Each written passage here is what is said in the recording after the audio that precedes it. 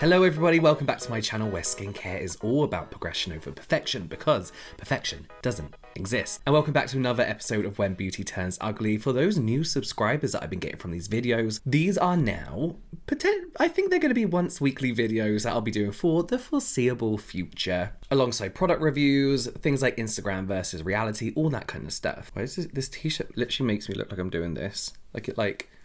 Where's my neck gone? And I have a real, I feel like it's a real sad one today. Not sad. Yeah, I think it's infuriating. It's annoying. It's quite sad. It's like, okay. We've all seen those like zany at-home bleaching videos, right? Where someone's bleaching their hair at home and their hair starts falling out, or they cover their hair with a plastic bag and then they're left with like a Target logo on their hair. We've all seen those, right? Bleaching your hair is not an easy thing to do, and there are so many things that can go wrong with bleaching your own hair. Your hair can fall out, your hair can go almost like gummy. Getting the right color is an absolute nightmare. Getting the right toner to cancel out the yellow can be an absolute nightmare. But probably the most dangerous thing about bleaching your hair is what it can do to your scalp and the skin around your hairline if it's not done professionally. Imagine paying hundreds of dollars to have your hair bleached and it still goes wrong. It still goes horribly wrong, but instead of your hair just falling out, your scalp comes off. No exaggeration, unfortunately. I just want to say today we're going to be focusing on a kind of restorative skincare routine for me. Products that I know work for my rosacea prone skin. My rosacea is non-stop flaring up, so my skin's obviously damaged as well. So we're focusing on restoration. Today, I will be joined by salon manager of Taylor Taylor London and my old boss, Tess. I'm Tess and I'm the manager of Taylor Taylor London. Yes, I used to work in a salon. I was a reception manager for a bit. Tess will be helping me answer questions along the way and helping to put into perspective a lot of the really bad, awful stuff we're going to see today. Today's video is not sponsored by or endorsed by Taylor Taylor London in any way, but I just really trust them with hair, seeing as I worked there for years and years and years. They give amazing customer service and even better haircuts and colours. So if you live in London or around London or visit London regularly, definitely check them out. Disclaimer, everything in today's video is alleged, in my opinion, for legal reasons, just entertainment only purposes. So, okay, I'm going to start off by doing a non-water cleanse. I'm going to be cleansing my face with Coastal Citizen Morning Water, a no-rinse cleanser. When my skin is really bad, I tend to avoid water. Anything potentially stripping. It's May the 2nd, 2019. For the first time in history, all major US beauty pageants were won by black women. That's Miss USA, Miss America, and Miss Teen USA. I remember being obsessed with Miss USA from 2019. I got oddly into pageants in 2019 and just kind of forgot about them. Whilst here in the UK, a 19-year-old forensic science student, Jasmine Schofield from Lancashire, was on her way to a £95 root touch-up appointment. She wasn't going to a salon, she was going to the house of an unnamed freelance colorist. Colorist, technician, stylist, we're just going to call them colorists today because it kind of, you know. This was actually Jasmine's first time seeing this particular colorist, and upon arrival, they had a very brief chat about what it was that Jasmine wanted to do.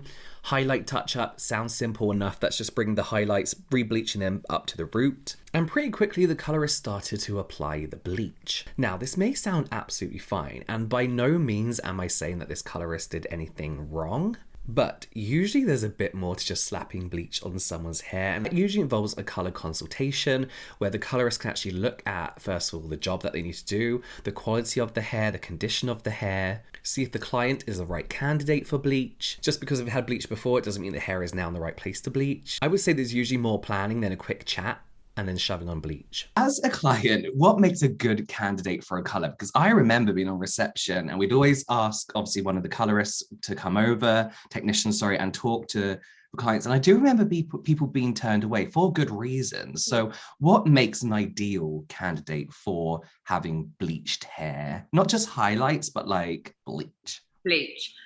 So if you're going to go for a full bleach and that's from like highlights to scalp, there's so many factors. We need to do a strand test to make sure that the hair will stand up to the bleaching process. If the hair's at all fine or damaged or brittle, then we'll send the client away to have certain treatments and get their hair back to health before we even think about touching their hair. Is it the same with highlights? Because balayage is a different story, right? It's kind of like down the bottom. Highlights are still in the scalp. Yeah.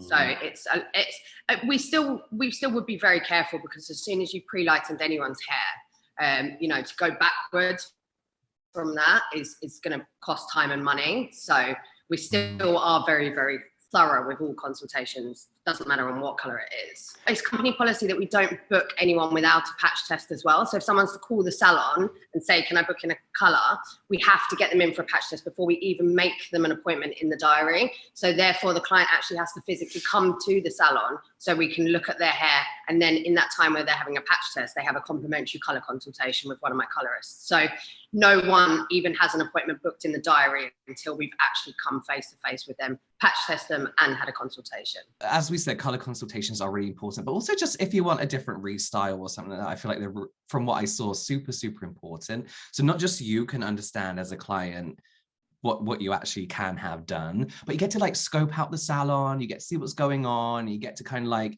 see who you want to do your hair and stuff. So the process is so important. So how do you even start the process? So, you know, the best thing to do always is just to give us a call, like give us a call at the salon. We offer complimentary consultations to everyone. That's color changes, that's trims, that's restyles. The best thing to do is to, like I said, come into the salon, have a conversation with someone. We're always available to kind of like have a quick chat, even in between clients if we're busy.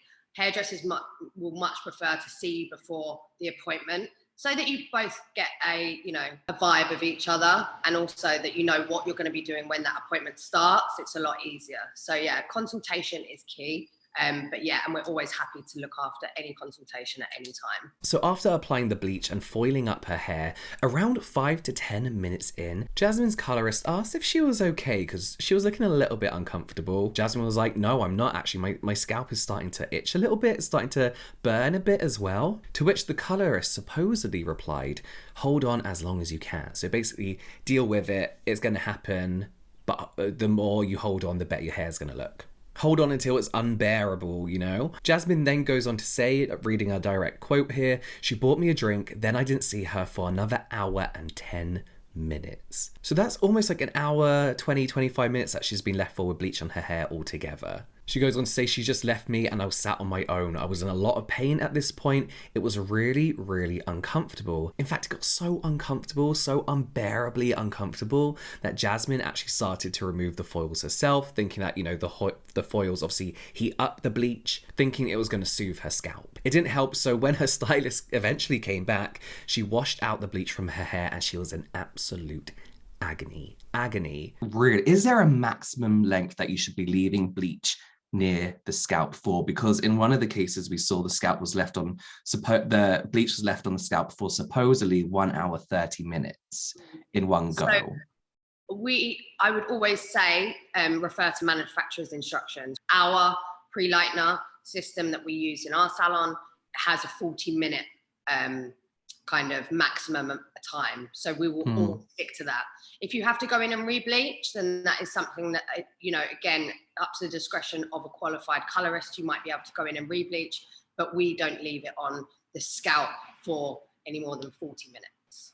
And that, as you said, is down to, it changes per brand. Compared to like which brand that you use, they might have slightly different timings, but we always make sure that we're following the colour brand that we're using at the time. The evening of Jasmine's appointment, blisters were starting to develop on her scalp. She sent pictures probably similar to this one to her stylist, literally asking for help, like, what do I do? My scalp is blistering up, it's pussing, it's oozing. The colorist's response?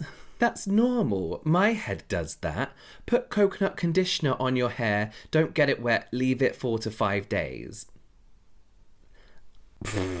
Or go to the hospital. Tell her exactly what you used in her hair and go to the hospital. This isn't normal. This isn't something that happens to everyone after bleach. It's not meant to happen. A bit of redness, fine, you know. But she said to put coconut conditioner on it. I'm not. Is blistering on the scalp normal after bleaching? No. Right. No. No. No. As you said, some redness, some like tenderness, I'd say, can sometimes occur, but blistering, anything like that is not acceptable, and it hasn't. But if it was to happen to me or any of my clients, then I would be seeking professional medical help straight away. But yeah, it's not something that should ever happen in a bleaching service. Jasmine goes on to tell the Daily Mail, not a great source, but she goes on to tell the Daily Mail, when I got home, my fiance was really shocked because he didn't think it was as painful as I was making out. I was crying and saying something definitely isn't right. He took the picture of my hair and I could see the shock in his face. So she went to A&E, which is accident and emergency here, like a walk-in hospital thing on the NHS. And it was in the hospital that her hair actually started to fall out in clumps. She says that she sent the hospital staff into shock at just how bad her scalp was. They couldn't believe that this was just from getting her hair bleached, and in fact they told her she now has 3rd-degree burns on her scalp. So she was given some burn gel to take home with her, basically, that there wasn't a lot you could do after that. I'm just warning you, this is like the introduction story, that we got 2 more stories and it's going to get a lot worse. So the next product I'm going to use is the Even Prime Barrier Serum. This is now on sale because the brand are closing down, but this is one of the best barrier serums I've ever used. I ordered 5 of them because I really don't want them to go, but this basically just contains all the essentials, like all the essential building blocks of your skin barrier, and helps soothe and repair, more importantly. So Jasmine goes on to say, after the burn gel, it was still painful for up to a week. I didn't attend work for a week and a half because I couldn't do anything with my hair in case it fell out. She actually worked part-time in a local cafe. So of course, if your hair's falling out in clumps, your scalp's flaking, you can't go to work if you work in a cafe. And I'm patting in all my skincare today because my skin is very reactive. It goes red at like a rub of a product. I feel so bad for her. This kind of damage it was almost torture. The way it sounded, like keeping that on for an hour and 15 minutes must have been absolute torture. She must have been in so much pain. She now can't touch her hair. It's dry and brittle, she says, and her hair is constantly flaking from where the scalp is trying to repair itself. So let's see what her colorist, her stylist, her hairdresser had to say about this. She basically denied abandoning Jasmine. She said, I've been a hairdresser for 9 years. Jasmine claimed she had the color on for an hour and a half, but she's incorrect because she had a platinum card, which is where you foil it, and for the last 20 minutes, she had it on the roots. She had a reaction the day after, and unfortunately, you can't do a bleach patch test. She only had bleach 3% and she had antihistamines. You can't do a bleach patch test because you don't want to put bleach directly on the skin. Even when you're applying bleach to a full head application, you don't. I mean, it's for a very short amount of time that the bleach will actually be sitting on the skin. If you have to do a process where it involves 2 bleaches, for example, we go in and do a mid-band application and it won't touch the scalp at all. That will be left on. And then it's only at the last minute that the bleach goes on the skin. So it can't sit on the skin for too long. Bleach reactions, it's where the skin or the hair is already sensitive and then you're putting a toner on top. And that's where a lot of the reactions happen, is with the toner. So we can... we always will still patch test for the toner choice that we're going to be using. She said, I'm so thorough with everything and it's just an unfortunate thing for me. It's a learning curve at the same time. She's put it across as if she was sat in pain. She definitely wasn't. I would never let anyone sit in pain. She goes on to say, before I did any bleaching, I went through a sheet with her about what can happen. She said that was absolutely fine and that she'd had it before. I patch test everyone, but with bleach you can't patch test. You have to take the advice of the hairdresser. Some people get little sores. You'd be mad to think you might not get anything. If you're getting little... Right, hang on. I'm not a colorist. I'm very well versed though in what should and shouldn't happen. Redness is normal. Blisters? No. If you got blisters, you have damaged your hair, your scalp, your skin. Redness, as I said, yes. Blisters, absolutely not. Some people get little sores. No, that's just not true. I'm a little suspicious. It's hard to, side with anyone. I don't want to side with anyone, but I'm suspicious about the timing here because the amount of time that the bleach was left on for is kind of about the time that you do a whole root touch-up appointment, right? And that includes rinsing off the colour and all that kind of stuff. So the time does sound like a little bit of an exaggeration, but what that doesn't do is diminish exactly what happened to her scalp. We can see the damage. And whilst the time does sound like an exaggeration, it's not completely unbelievable looking at what actually happened to her. The stylist goes on to finish her statement saying, "I'm really sorry this was the case. I've gone above and beyond to make sure she's okay, but that's how it is. It can happen to every hairdresser." It can. A lot of hairdressers obviously have to have insurance for things like this. That's why things like consultations, patch tests, testing strips of hair as well with bleach before you even consider accepting them for an appointment, because those consultations give a really, really good indication of how the overall appointment is actually going to go. I've actually done something wrong. I put on something, I wasn't meant to do the serum yet. A skincare order isn't an exact science. You can do it in any order, really. The general ideas go from thinnest to thickest. So I'm gonna go back in with an almost like toning step.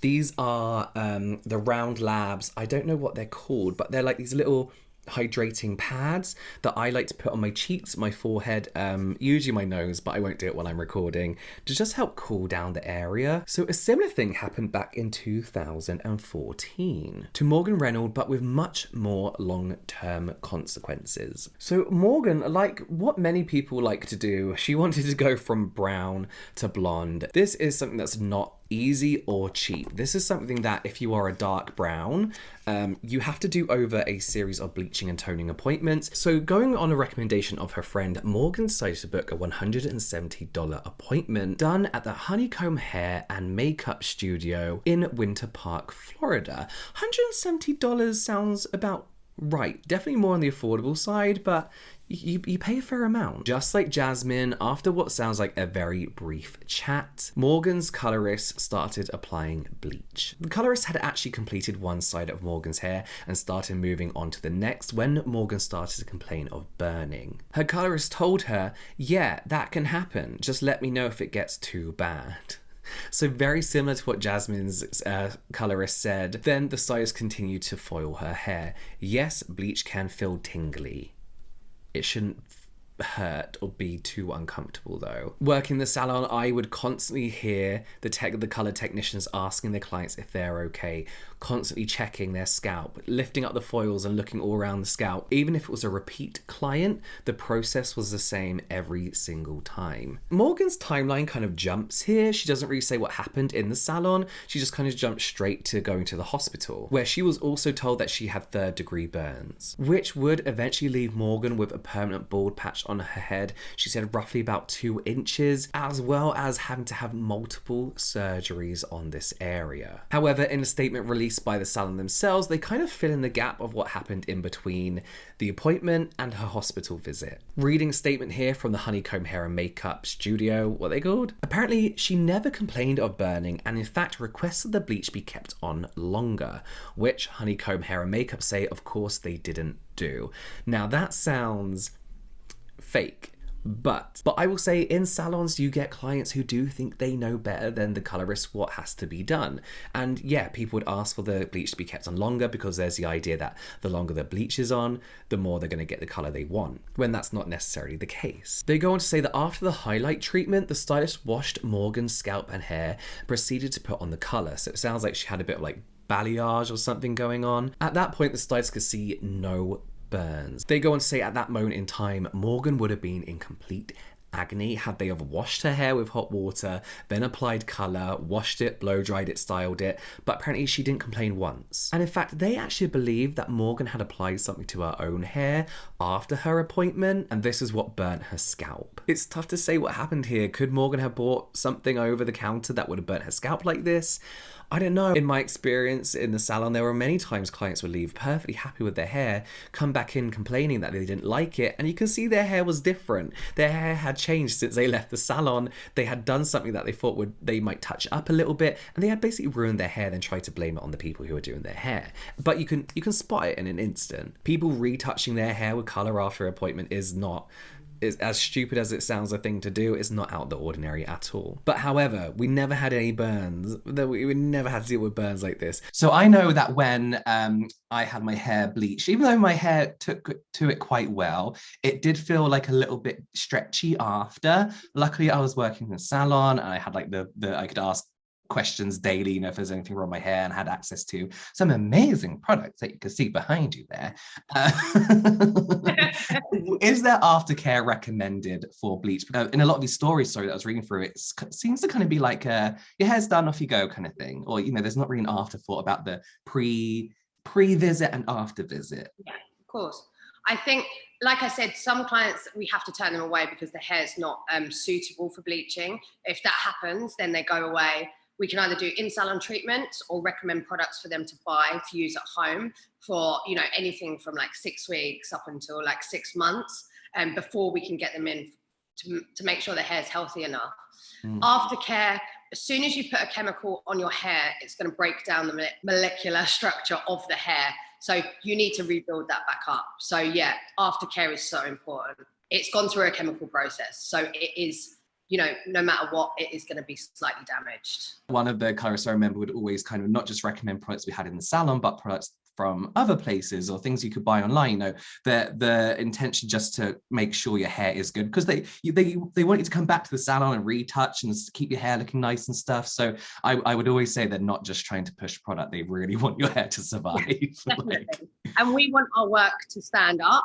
We want our work to have longevity, and you know, our heads of hair are walking advertisement for our salons. So we want you to look amazing all the time. Sorry, my dog walker came, so I had to take them off, but my face feels cooled down at least now and nice and hydrated and moisturised. Morgan did attempt to actually sue the salon, but the salon had insurance against this kind of stuff, as most salons do. Okay, so our final botched bleach story has to be the worst case of a bleach job gone wrong, bleach damage that I have ever seen.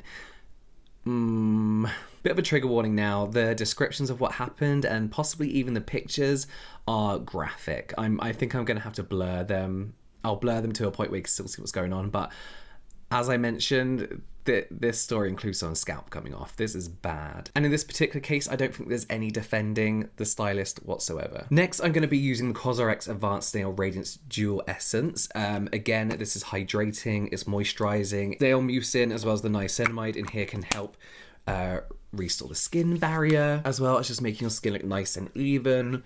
This particular Essency serum really does help my skin like just kind of calm down. So we are going to the 19th of March 2019, and we're going to visit Idania Rivera from Houston, Texas, and her lawsuit against Hecknell and Unique Boutique in Wood Forest Boulevard in East Harris County, where she is judging from the pictures of her before. She's having her hair bleached, possibly highlights. Basically, they're going to be applying bleach near the scalp. I'm unaware whether this was her first time at this salon or not, but her stylist used Pravana Pure Light Power Lightener to her scalp in foils. The appointment's going completely normal, as expected. They're chatting away, they're foiling up the hair, but it was at this point that Idania actually asked to leave the salon. She left her daughter at home and she wanted to go pick her up and bring her back to the salon, and the stylist allowed her. Now, I'll repeat that. The colorist put bleach on this lady's hair near her scalp, touching her scalp by the sounds of things, then allowed her to leave the salon for what was essentially an unknown amount of time. Yes, she knows how far away she lives, but traffic, lights, all that kind of stuff. It is unfathomably irresponsible. I completely understand that childcare must be difficult, it's very, very expensive, and I don't blame Idania for this whatsoever. She should not have been allowed to leave by the professional who was doing her hair, knowing that you have to keep an eye on bleach. So occasionally we would have clients who would ask to pop out for a cigarette, and we'd be like, fine, and we'll be watching them through the glass. Or like if they wanted lunch, an assistant would go out and get them lunch, because we would never let a client leave a salon with bleach on their hair. Like, it's important, right, to keep an eye on their scalp. I remember the technicians always go back, always checking, always asking if they're okay. Like, during that process, once the bleach is applied to the head, what happens in between that time before it's washed out? So it will be constantly checked. If a client is in any way, you know, uncomfortable or I'd say for me, I always err on the side of caution. So if a client or a technician was to come to me and ask my opinion, if they were even uncomfortable, I would take the bleach off of the hair. And then what I would do is then we'd assess the scalp, have a look at it. Even sometimes I've been in a position where you've left the client for 2 weeks and then got them back in to do a colour service again. So you always err on the side of caution, but constantly checking. Also, not even for, you know, scalp reasons, for the color, you want to see how the color is developing. And with bleach, you can see what's happening underneath. So you don't want to push it too hard because you don't want that client's hair to become brittle for no reason. On her way back to the salon, Idania's scalp started to burn. She said it was so bad that it felt like someone was literally grabbing her hair and pulling it back. She said it was unbelievably painful, the worst pain she has ever felt. So upon re-arrival to the salon, she of course instantly asked for this foils to be taken out, for the bleach to be washed out, but the burning continued. Again, it's unclear here if they saw the damage that was starting to happen. She was given 2 ibuprofen from the salon and then she drove herself to a hospital. So what happened at the hospital? This is what the lawsuit says. The lawsuit states that due to the application and hairstylist negligence in monitoring the plaintiff's scalps, Idania suffered severe injuries and damages, which the hospital later told her was 3rd-degree burns. And the pictures taken of the damage is absolutely horrifying. The interview that Idania did for multiple media outlets is honestly heartbreaking, absolutely heartbreaking. You can see her hair, her scalp is bandaged up. She's had to shave all her hair off. She is in tears. And not just because her hair went like a little bit wrong and her scalp hurt, she has permanent damage from this. Get ready, I'm going to show you the pictures. Shortly after leaving the salon, her hair started to fall out. You then start to see where the burns were. Now all her hair's fallen out. She's left with this huge bald patch, like a burnt bald patch on her head, which was so bad she's actually unable to grow hair there ever again. The damage was so bad that she was literally scalped by this bleach job. I warn you now, the picture I'm about to show is graphic, if a little blurred, and what I'm about to say now is a graphic description. She could physically grab her hair and pull away her skin from her scalp. It looked like a wig. It looked like she had a toupee on her head because you can see the skin and the hair lifting away. It's unbelievable. I need a break. I'm going to apply the Astura Atto Barrier 365 Hydro Soothing Cream. I always describe this as my CeraVe. This is a travel size one. This is that ceramide enriched skin barrier repairing cream, but in a super lightweight, watery, hydrating formulation that is honestly great for people with oily skin. It's so hard to find barrier repairing creams that are comfortable on oily skin and that you'd be happy to use in summer. But as you can see, this is just watery, it's hydrating, it's dewy, it's so lightweight as well. Like I can't feel it on my skin, it's so nice. Idania is of course suing the salon.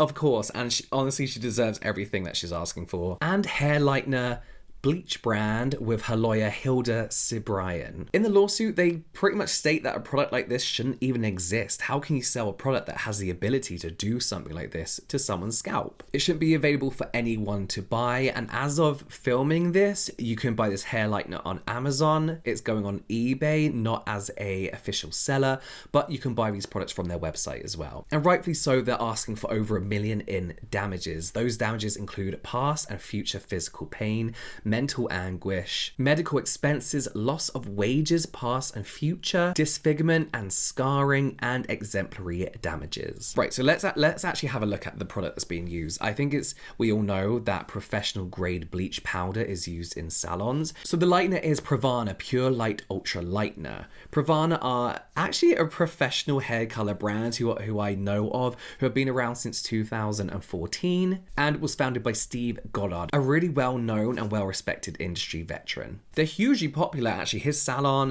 and his colours and stuff are hugely popular across social media because they're known for like their crazy colours and their innovative colour combinations and techniques. This isn't some back alley brand who is just mixing up powders, you know? These products are used by professionals like worldwide. Actually, ABC News 13 reached out to Henkel, the parent company for the bleach product.